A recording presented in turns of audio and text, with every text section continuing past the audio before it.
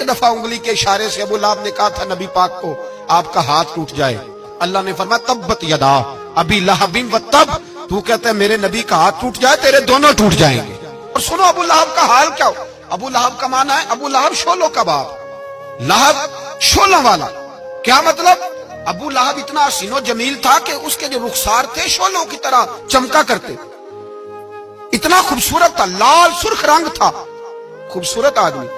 عرب میں جب غربت تھی تو اس کے گھر میں اس وقت بھی 2 اینٹیں سونے کی تھی، اتنا مالدار آدمی اور سردار تھا سارے مکے کا، لیکن نبی پاک کی بے ادبی کی۔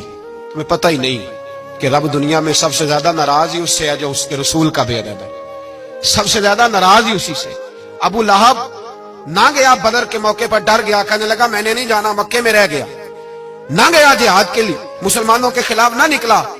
لوگوں نے بڑا اس کو لان تان کیا، لیکن کہنے لگا میرے خرچے پہ 4-5 بندے لے جاؤ، میں نہیں جاؤں گا، پیچھے رہ گیا۔ لوگ کہنے لگے بچ گیا، لیکن اس کے جسم کے اندر ایسی بیماری نکلی کہ ریشے سے بھر گیا سارا وجود، ریشے۔ اس کے بچوں نے لے جا کے ابو لہب کو پیچھے ایک حویلی تھی مکے کے باہر، اس میں بند کر دیا، چیختا تھا، چلاتا تھا، بند کر دیا اس کو لے جا کے وہاں پیچھے۔ اور جب اس کو بند کر دیا کمرے میں تو چلاتا تھا، چیختا تھا، کوئی مجھے بچاؤ، کوئی پانی پلاؤ۔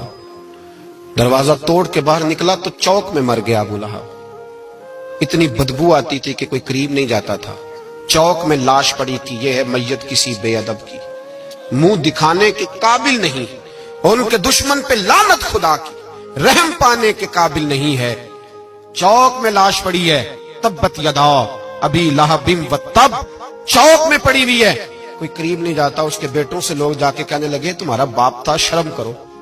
ایک ملازم کو پیسے دیے اس کے بیٹے نے، کہا گڑھا کھودو اور میرے باپ کو رسی کے ساتھ پکڑ کے اس میں پھینک دو۔ ایک گڑھا کھودا مکے کی گلی میں اور رسی کے ساتھ پکڑ کر، رسی کے ساتھ باندھ کر اس کی ٹانگ کو گھسیٹ کر اس گڑھے میں ڈال دیا، اوپر سے مٹی ڈال دی، بدبو کا وہ ڈھیر بند کر دیا۔ ابو لہب مکے کا سردار تھا، پر جانے کہاں مردود دفن ہے۔